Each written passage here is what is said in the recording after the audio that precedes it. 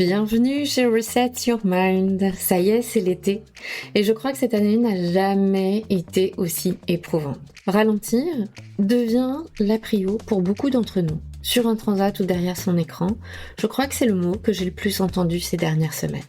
Envie de ralentir, de reprendre son souffle, de sentir ce moment où le matin, le soleil chauffe un peu plus tôt sur la peau et où l'on se dit « Allez, cette année, je me pose ». Cependant, force est de constater que même lorsque l'on ralentit, certaines pensées, elles, ne prennent pas de vacances. Les « je devrais en faire plus », les « est-ce que je suis vraiment à ma place ?» ou encore les « pourquoi je suis encore fatiguée même lorsque je suis censée me reposer ?» Et tu sais quoi ? Si tu ressens ça, ce n'est pas parce que tu es faible, non. Ce n'est pas parce que tu n'es pas faite non plus pour ce rôle, non plus. C'est parce que tu es déjà un ou une warrior. Oui, tu l'es déjà. Tu l'as juste oublié, étouffé sous le quotidien, les responsabilités et les injonctions contradictoires de notre société. Parce que oui, tu sais porter des équipes. Oui, tu sais avancer, même lorsque c'est flou. Et oui, tu sais tenir quand tout le monde se repose sur toi.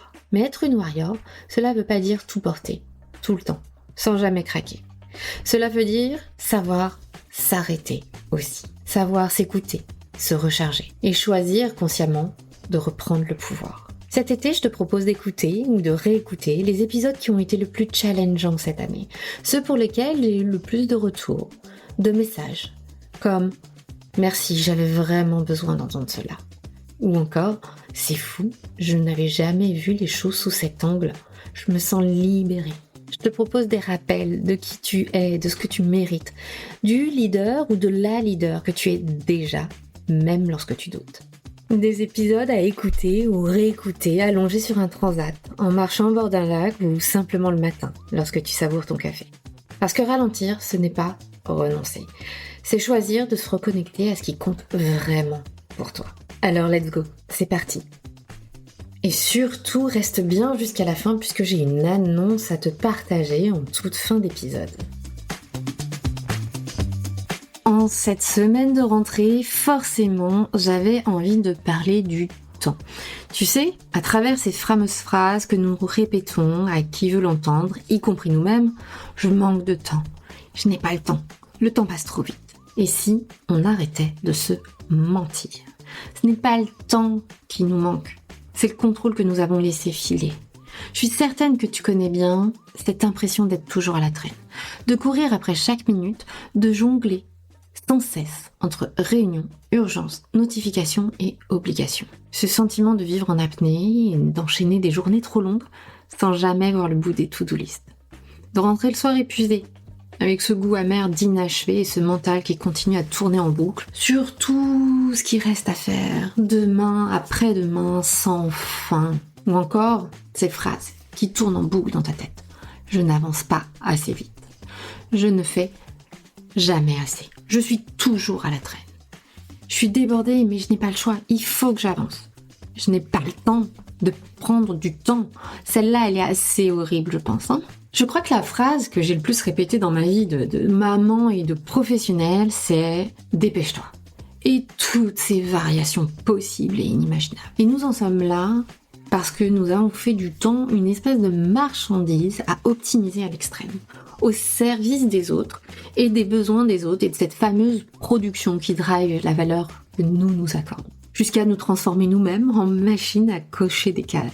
Parce que nous avons confondu performance et productivité, efficacité et urgence, en oubliant de nous demander mais pourquoi nous faisons cela dans cet ordre-là ? Et le coût, il n'est pas anodin.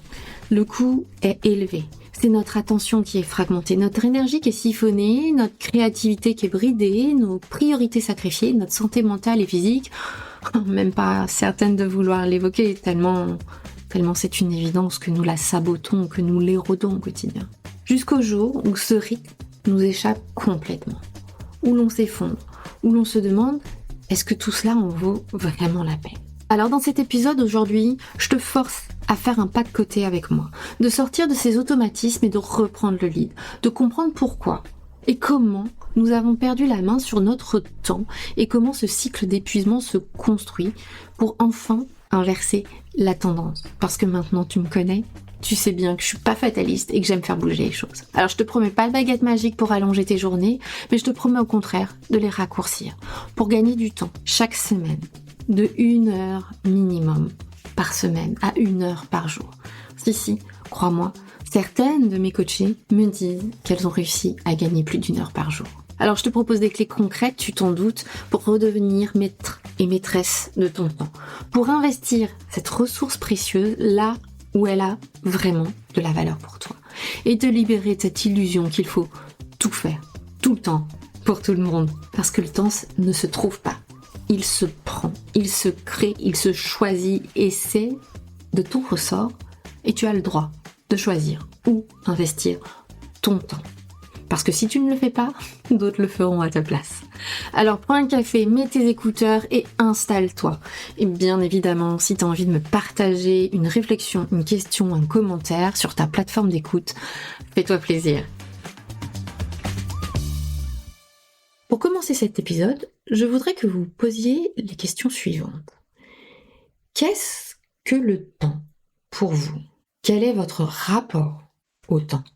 Faites-vous partie de la team « j'ai tout le temps qu'il me faut au quotidien pour faire ce que j'ai à faire » ou plutôt de la team « je n'ai jamais assez de temps ». Que vous soyez de l'une ou l'autre, à travers cet épisode, vous comprendrez mieux votre propre rapport au temps et celui de votre entourage. Pourquoi certaines personnes réagissent ainsi ? Pourquoi d'autres personnes dégagent ce stress perpétuel de courir ? Car oui, cela se perçoit. Lorsqu'on est en manque de quelque chose, ici du temps, tout votre cerveau est omnibulé par ce manque, qu'il se perçoit à travers votre fébrilité, votre débit de parole, votre capacité d'écoute aux autres, ou pas d'ailleurs la plupart du temps. Alors, qu'est-ce que le temps ? Le temps est une construction mentale créée de toutes pièces par nous, l'être humain, pour rassurer notre cerveau. C'est un élément intangible, et c'est assez propre à notre culture de vouloir tout maîtriser, y compris quelque chose aussi intangible, impalpable que le temps. C'est donc devenu une unité de mesure pour suivre le temps qui passe et définir ce qui est dans le passé, le présent ou dans le futur. Jusque-là, rien de bien novateur. Mais j'insiste sur l'aspect construction mentale. En effet, dans certaines situations, le temps passe vite, et dans d'autres, beaucoup moins. Dans les salles d'attente à l'hôpital, par exemple, le temps semble passer terriblement lentement. Vous ne trouvez pas ? Alors pourquoi avoir cette impression de manque ? Parce que le temps est ce qui a le plus de valeur dans notre existence, dans notre société. Et ça, on a tendance à l'oublier. Le temps que l'on a à passer sur cette terre, avec nous-mêmes, avec nos proches. La manière dont on emploie ce temps pour créer de la valeur, de ce que nous sommes, de ce que nous souhaitons devenir ou créer, c'est ce qui confère au temps cette valeur si importante. C'est aussi parce que nous ne pouvons pas en créer plus. Nous avons tous un temps imparti d'existence, découpé en journées de 24 heures. Pour commencer, j'aimerais que vous approfondissiez votre propre rapport au temps. Quel est votre rapport au temps ? Est-ce que vous entretenez un rapport d'abondance, de sérénité, où vous arrivez à faire tout ce que vous souhaitez dans le temps qui vous est imparti ? Ou êtes-vous plutôt dans un rapport tendu, stressé, de manque de temps continuel, qui génère cette impression d'inachevé et de courir perpétuellement d'une tâche à une autre ? Et ce qui a la fâcheuse manie de nous entraîner vers du débordement, du papillonnage, de lancer plusieurs chantiers en parallèle, ou de sauter d'une action à une autre, pour avoir la sensation d'en faire plus. J'ai bien dit sensation. J'aimerais vous proposer un exercice, quitte à faire pause sur le podcast. Comment avez-vous utilisé votre temps sur les 24 dernières heures ? Comment les avez-vous investis ou dépensés ? Prenez le temps de noter sur une feuille de papier tout ce que vous avez fait, et le plus précisément possible. Le temps passé à dormir, à vous préparer le matin, dans les transports, en réunion, en pause café ou en pause déjeuner, sur les réseaux sociaux, sur des tâches de fond, à réfléchir, à imaginer des choses, ou encore à préparer le dîner, à une activité personnelle, sport, lecture ou autre, ou à regarder la télévision. Où avez-vous dépensez vos 24 dernières heures. Avez-vous déjà pris le temps de faire cet exercice? Je suis certaine que vous allez avoir quelques surprises. Donc n'hésitez pas à faire pause. On se retrouve juste après, le temps que vous ayez noté tout ça.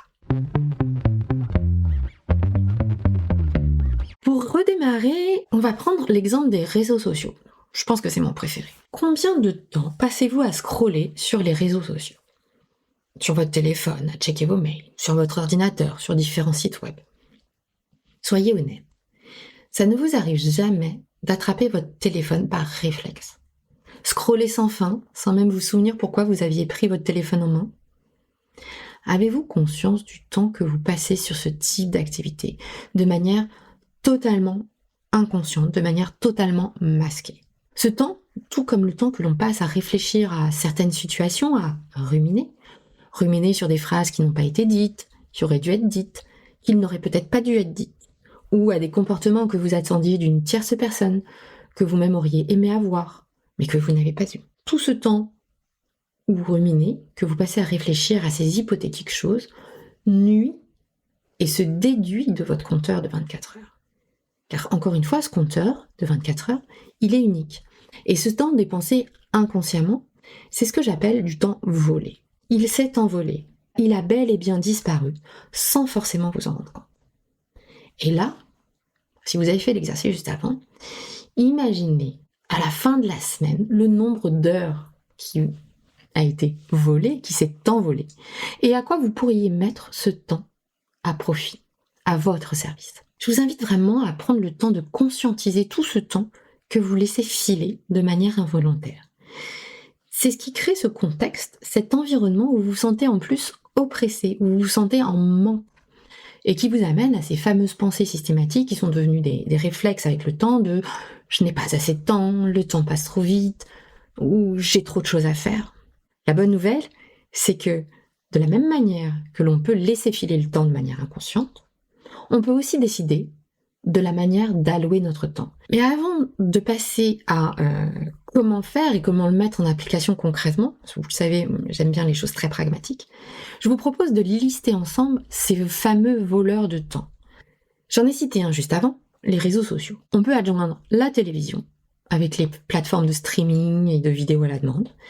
Ces activités qui sont devenues des réflexes inconscients sont certainement les activités qui nous volent le plus de temps. Il y a des compteurs sur les différentes applications, sur votre téléphone, etc. Je vous invite à l'occasion à y jeter un œil. C'est hyper instructif. Et faites-le en famille et comparez. Vous verrez que vous pouvez avoir de sacrées surprises.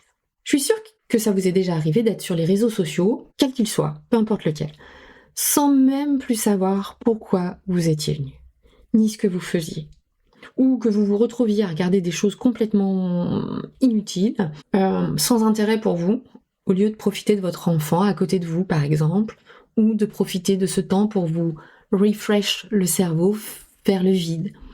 Tout simplement profiter de l'instant présent et de ce temps de rien. Deuxième voleur de temps que je vois énormément, c'est l'indécision, l'hésitation, l'incapacité à décider une orientation versus une autre. C'est une source de gaspillage de temps phénoménale.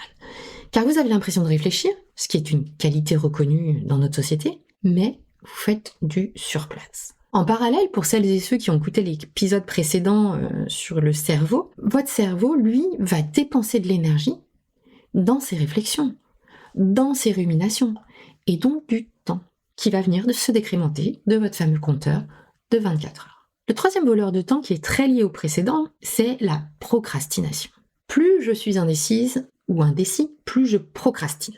J'y vais pas, j'ai pas envie, je le ferai plus tard. Oh, j'ai des choses plus importantes à faire.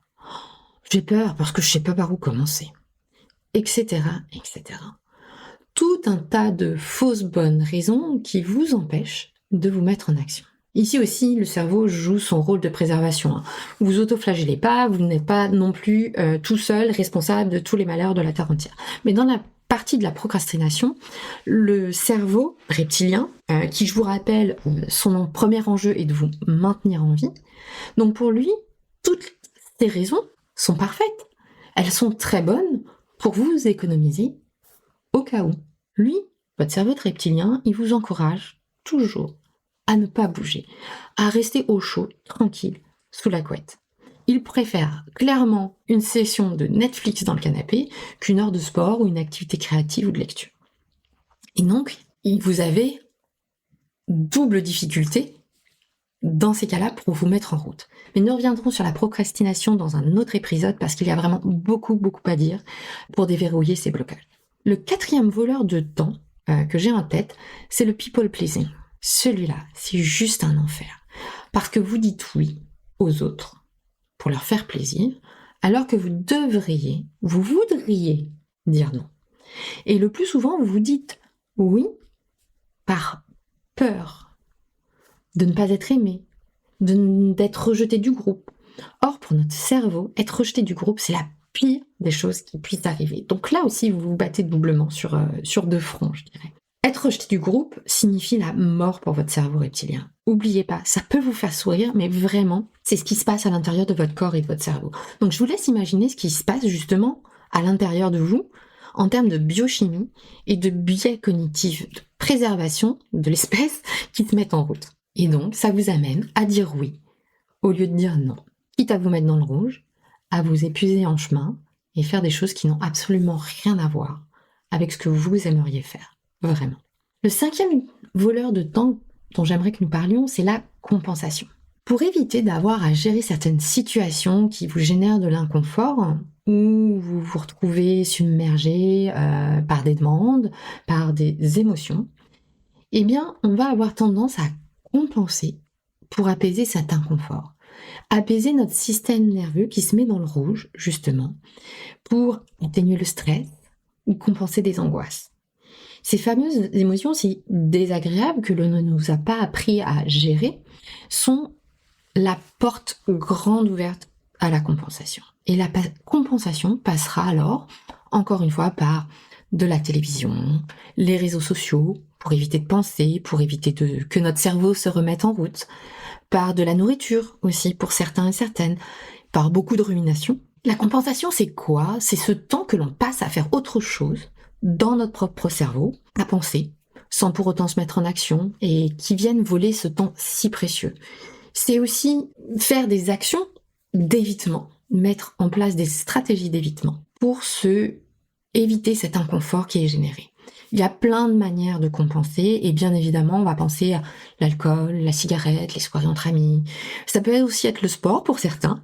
Enfin, bref, vous l'aurez compris, il y a un investissement, un surinvestissement dans une activité qui n'a rien à voir avec vos objectifs ni les réels besoins de votre corps. Un 6e voleur de temps, c'est le multitasking, qui est certainement le plus traître, celui-là. Il nous fait croire que nous avançons sur plein de choses, mais la plupart du temps, ces mêmes choses nous prennent 2 fois plus de temps à réaliser. Car notre cerveau doit se reconcentrer et switcher de contexte, switcher d'enjeu de est-ce que vous êtes en mode créatif ou en mode production plutôt, qui font appel à des aspects très différents et des compétences très différentes. In fine, multitasking, contrairement à ce qu'on peut penser, c'est contre-productif. Vraiment, je vous invite à être vigilant sur celui-là, parce que il peut être en plus extrêmement épuisant et source d'insatisfaction globale. Et quand vous dites « Oh, mais moi je suis une éternelle insatisfaite » ou « Je suis un éternel insatisfait », c'est certainement de ce côté-là qu'il faut les regarder. Mon leitmotiv, lorsque je me rends compte que je pars dans ce travers, c'est « Commence par finir ce que tu as commencé ». Une chose après l'autre, c'est souvent bien plus efficace que d'ouvrir 15 000 chantiers en parallèle. Il y a plein d'autres voleurs de temps. Je vous laisse poursuivre votre purple list, car les identifier, c'est vraiment le premier pas vers une reprise en main de votre temps. Imaginez tout ce que vous pourriez faire avec ce temps à votre service, plutôt que de le laisser filer. Qu'en feriez-vous? Est-ce que vous passeriez plus de temps en famille? Est-ce que vous vous accorderiez un vrai break, sans rumination, sans avoir cette culpabilité de vous dire « Ah mince, c'est pas le moment de prendre un bouquin, j'ai encore plein de trucs à faire. Je n'ai pas fini le dossier Intel. Oh, je ferais mieux de faire le reporting. » Ou est-ce que vous en profiteriez pour pratiquer une activité créative ou sportive qui aurait aussi le mérite de vous ressourcer, de vous réénergiser? Ou est-ce que vous en profiteriez pour prendre du recul sur votre business, pour faire des tâches de fond que vous n'avez jamais vraiment le temps de faire, sur l'organisation de votre équipe, sur une situation professionnelle délicate que vous êtes actuellement en train de traverser. Le temps est une unité de mesure créée de toutes pièces par l'être humain pour avoir une sensation de maîtrise. Sauf que les années passant, et surtout ces dernières décennies, nous sommes devenus esclaves de notre temps. Alors, n'oubliez pas que nous sommes dans un contexte où nous sommes en plus sursollicités à longueur de temps par les notifications de nos multiples applications. X, WhatsApp, messagerie instantanée, pro, perso, vos emails professionnels, vos emails personnels, sans compter toutes les applications que vous avez sur votre smartphone qui vous envoient de l'information à consommer instantanément. Et ça, notre cerveau, il est encore en train d'apprendre à le gérer. Que cela vous plaise ou non, nous sommes la génération de la transition. Nous sommes nés sans et nous apprenons petit à petit à les gérer. Je suis persuadée que nos enfants qui sont nés avec géreront cette sursollicitation très différemment. Mais pour nous aujourd'hui, ces sursollicitations, notifications en tous sens, viennent ajouter de l'eau au moulin de ce sentiment général d'urgence, le fameux FOMO, et d'être à disposition des autres. Et cela génère en nous le besoin, le faux devoir, de répondre immédiatement pour avoir la dernière information up-to-date. Mais cela nous épuise et renforce cette roue de hamster dans laquelle nous sommes et courons toujours plus vite, sans plus trop savoir pourquoi et surtout qui ne s'arrête jamais. Et le hamster, soyons d'accord, c'est nous. La bonne nouvelle, c'est que nous sommes des êtres humains doués d'un cerveau, que nous apprenons chaque jour à mieux connaître en plus, et nous pouvons décider de reprendre la main sur notre gestion de ces notifications et donc de notre temps et comment nous investissons notre temps. C'est bien gentil, me direz-vous, mais s'il y avait une recette miracle, nous la connaîtrions déjà tous, ou alors je serais millionnaire. Il n'y a pas de recette miracle et je ne peux pas le faire pour vous. C'est la mauvaise nouvelle. Mais la bonne nouvelle, c'est que c'est tout à fait possible et réalisable. Il y a un entraînement à avoir, une rigueur pas à pas, comme un entraînement de sportif ou l'apprentissage d'un nouveau logiciel ou d'une nouvelle langue. Et je vous partage ce qui a fonctionné ou fonctionne encore pour moi et que je transmets à mes coachés. Je vous invite vraiment à les tester, voir lesquels vous conviennent le mieux et les adapter à vos propres besoins. Mon premier conseil, c'est de prendre conscience justement où vous investissez votre temps. De faire ce petit exercice que je vous ai proposé en début d'épisode. Listez toutes vos activités sur les 24 dernières heures de manière assez précise pour justement voir où est-ce que vous passez votre temps. Est-ce que c'est là où vous le souhaitez vraiment? Mon deuxième conseil, ultra basique et pragmatique, supprimez toutes vos notifications. Reprenez la main sur votre disponibilité aux autres. Vous n'êtes pas au service des autres 24 heures sur 24. Même les médecins, les urgentistes, les pompiers et autres métiers de ce type coupent régulièrement leur disponibilité. Interdisez les notifications de toutes ces plateformes de communication, d'information, de livraison, etc. Vous verrez, ça révolutionne la vie, ça vous permet de vous concentrer et d'arrêter d'être dérangé toutes les 5 minutes et de renforcer ce sentiment d'urgence. Vous reprenez la main. Mon troisième conseil, c'est définissez votre pourquoi. Pourquoi voulez-vous plus de temps et à quoi le destinez-vous? Est-ce que ce serait du temps qui vous servirait à être plus présente en famille ou présent? Est-ce que ce serait pour apprendre à jouer du piano, de la guitare, une nouvelle langue, à faire du bénévolat dans une association? Est-ce que ce serait plutôt à analyser le marché sur lequel vous êtes ou vous voulez lancer votre business, à revoir votre vision à 2 ans de votre activité, de réinventer les opportunités pour accélérer votre business par exemple? Est-ce que ce serait pour travailler votre posture, votre prise de parole en public, pour vous rendre plus visible en interne?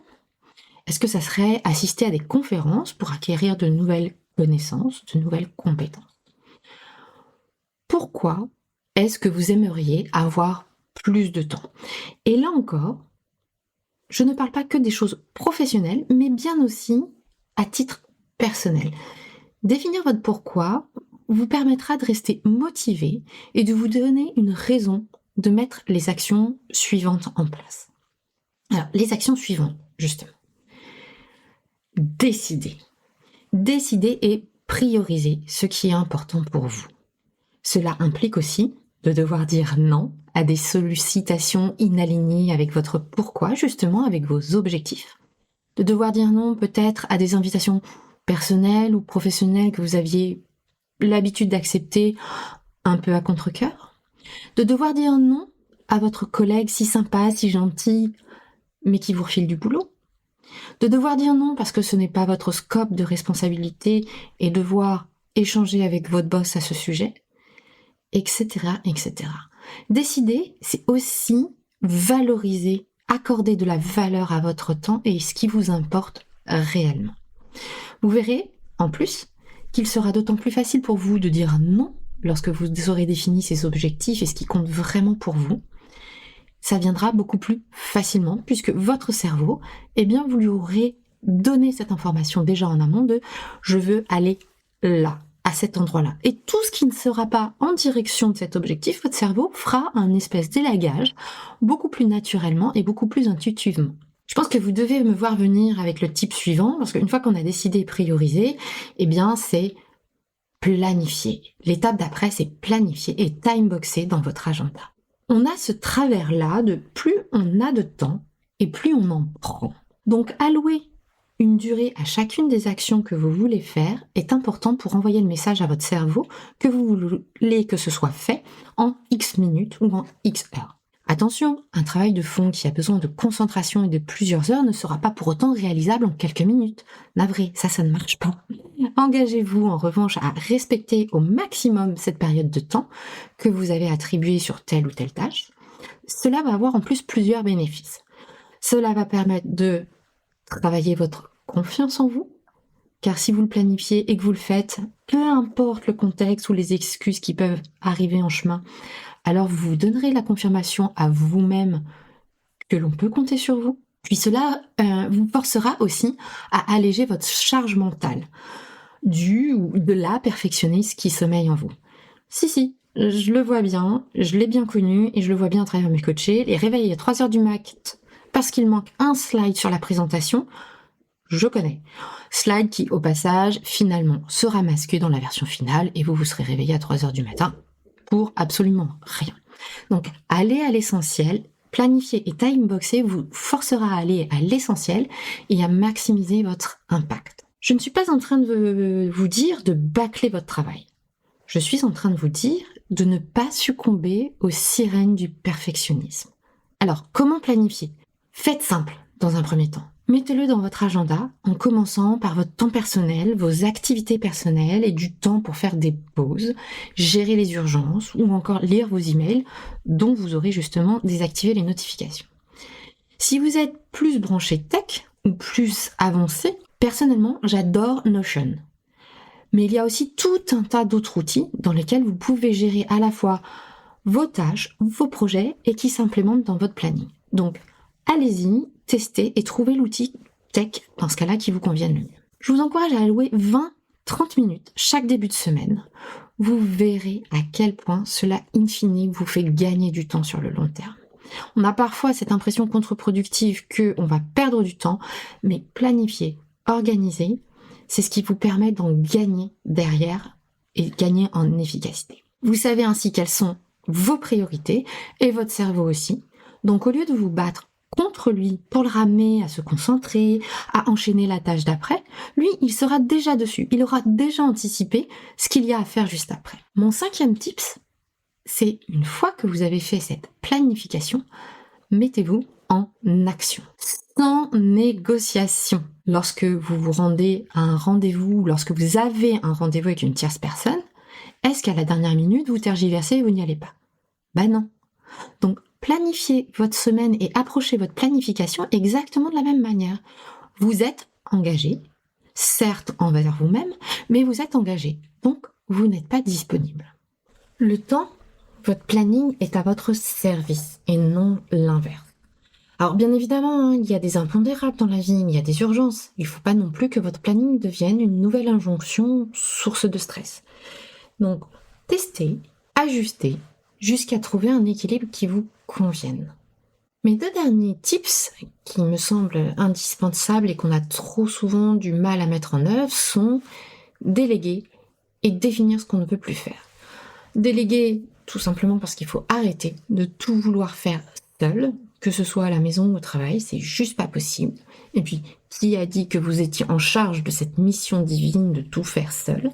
Donc, vous pouvez déléguer au travail, à vos équipes, ou éventuellement redéfinir le découpage de votre scope avec votre boss. S'il y a trop de charges, vous pouvez aussi à la maison déléguer à des professionnels. On sait à quel point c'est quand même assez chronophage et qu'il y a une charge mentale importante associée à toute la logistique de la maisonnée, je dirais. Donc récupérer les enfants, la logistique de la maison, déléguer à des professionnels, à votre partenaire, éventuellement à des membres de la famille qui seraient ravis de vous soutenir et de vous aider. Il y a ici un arbitrage à faire entre la valeur que vous accordez à la tâche en elle-même et celle que vous accordez à votre temps. Et comment utiliser ce temps, encore une fois, en fonction de votre pourquoi, sera super important. Le dernier tip, c'était définir ce que l'on ne veut plus faire. Les meetings professionnels non préparés, les conférences où vous vous rendez pour faire plaisir, les invitations acceptées à contre-cœur parfois, ou pas au bon moment. Qui a dit que vous deviez accepter d'aller j'en sais rien, tous les dimanches, dans la famille ou la belle famille, si c'est quelque chose qui ne vous convient pas. Voilà, vous l'avez compris, il n'y a pas de recette miracle, mais une chose est certaine, c'est que le temps est à votre service et non l'inverse. Vous n'êtes pas esclave de votre temps. Le temps est votre bien le plus précieux à partir du moment où, comme tout, vous décidez de comment vous voulez investir et que vous arrêtez de subir cette fameuse roue du hamster qui vous entraîne sans vraiment avoir conscience de ce que vous êtes en train de faire et de comment vous utilisez votre temps. Et il est donc super important de se demander régulièrement si vous investissez ce temps à bon escient, là où il a le plus d'impact pour vous. Donc ce travail, vous pouvez le faire que lorsque vous avez suffisamment de temps disponible, de cerveau pour prendre du recul, encore une fois. Et là, vous créez un cercle vertueux au lieu d'être dans un cercle vicieux.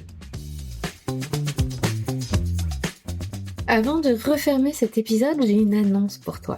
Si tu écoutes Reset Your Mind, ce n'est pas juste pour ajouter du bruit dans ta tête. C'est parce que tu sais qu'il existe un autre chemin. Un chemin où tu ne portes pas tout le temps, toute seule. Un chemin où tu n'as plus besoin de prouver continuellement, ni de te suradapter pour être reconnu. Un chemin où tu arrêtes de vivre en apnée dans ta propre vie. Peut-être que tu en as assez de courir après le temps, de n'avoir jamais assez de temps, de donner le change en permanence, d'être stressé à ne plus endormir la nuit, d'avoir cette petite voix qui te dit que tu n'en fais jamais assez et que tu n'es jamais assez à la hauteur. Et au fond, tu rêves de quoi ? De lucidité dans tes décisions, de poser des limites sans culpabiliser, de retrouver ton énergie, ton alignement, ton impact, de te sentir à nouveau vivant ou vivante dans ta vie et dans ton business. Eh bien, c'est exactement ce que l'on fait dans le programme Signature by Reset Your Mind. Ce n'est pas une formation de plus, c'est un espace pour te retrouver, te réaligner et transformer ta posture de leader sans sacrifier ta santé, ni ton équilibre, ni tes valeurs. Du coaching de groupe et du coaching en individuel soutenu par un groupe et du contenu vidéo exclusif et intense pour vivre une véritable transformation. Le prochain groupe démarrera le 4 octobre et les candidatures sont ouvertes. Si tu sens que c'est le bon moment pour toi, que c'est maintenant que tu veux changer pour préparer cette fin d'année et démarrer l'année 2026 autrement, plus aligné, plus en puissance. Le lien est dans les commentaires. Je t'invite à jeter un œil sans pression. Et si cela t'appelle, discutons-en. Tu peux prendre rendez-vous pour que je puisse répondre à toutes tes questions. Parce que oui, tu n'as pas été faite pour survivre au quotidien. Tu n'as pas été fait non plus pour la vivre en surface. Tu as été fait ou faite pour la vivre pleinement, à ta manière. Les places sont limitées, tu t'en doutes, car je choisis volontairement de travailler en petit comité. Mon objectif est que tu avances vraiment. Alors n'hésite pas, contacte-moi et discutons-en pour s'assurer que ça correspond à tes besoins. Merci mille fois d'avoir écouté cet épisode, j'espère qu'il vous a plu. Si vous avez 5 minutes, prenez-les pour noter ou commenter cet épisode. Grâce à vos avis, Reset Your Mind commence à être connu. Et j'avoue que j'ai très envie de voir jusqu'où nous pouvons aller ensemble. À très vite!